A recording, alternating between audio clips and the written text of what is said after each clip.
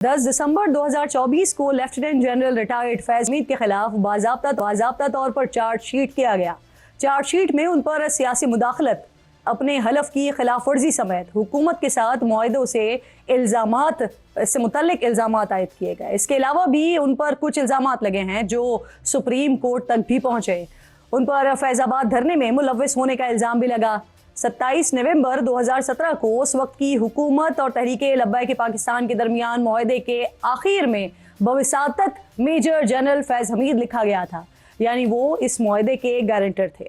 2019 में supreme court ने अपने फैसले में ऐसे अस्करी अफसरान के खिलाफ सख्त कार्रवाई का हुक्म दिया था जिन्होंने अपने हलफ की खिलाफ वर्जी करते हुए सियासी सरगर्मियों में हिस्सा लिया। लेकिन फिर अप्रैल 2024 में सुप्रीम कोर्ट के अहकामात पर बने 3 रुकनी फैजाबाद धरना इंक्वायरी कमीशन ने साबिक DGI lieutenant general retired Faiz Hamid को क्लीन चिट दे दी थी और धरने की जिम्मेदारी पंजाब हुकूमत पर डाल दी थी।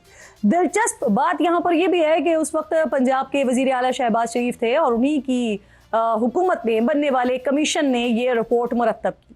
दीगर इल्ज़ामात में फैज हमीद पर सियासी मामलात में मुदाखलत, सियासी इंतकाम, गैर कानूनी गिरफ्तारियां और सियासी वफादारियां तब्दील करवाना भी शामिल है। इसके अलावा तहरीक इंसाफ दौर में फैज हमीद पर PTI के मुखालिफिन को जेलों में डालने, असेंबली इजलासों में अराकीन की हाजिरी पूरी करवाने और बजट मंजूर करवाने में भी किरदार अदा करने के इल्ज़ामात लगे हैं।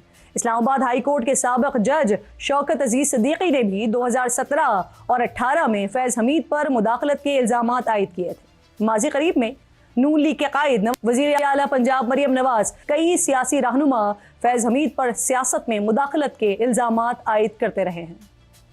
जनरल फैज साहब, आपको जवाब देना है कि आपने क्यों एक हाजिर सर्विस जज के घर जाकर उन पर आइन और कानून के खिलाफ फैसला करने के लिए दबाव डाला। जनरल फैज, ये आपके हल्फ तोड़ने की सिर्फ एक मिसाल है। एक जनरल फैज, ये सब कुछ आपके हाथों से हुआ है, जवाब भी आपको देना होगा।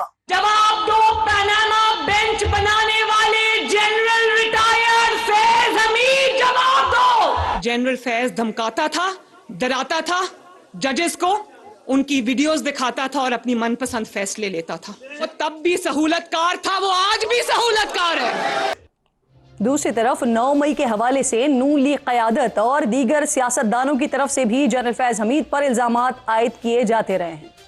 PTI को इक़्तिदार में लाने का जो मेन किरदार थे उनमें सरफहरिस्त जो है वो फैज हमीद साहब थे। ये पार्टनरशिप जो है 2018 के इलेक्शन से पहले की चली हुई है। 9 मई को भी ये पार्टनरशिप कायम थी, 9 मई के बाद भी ये पार्टनरशिप चलती रही।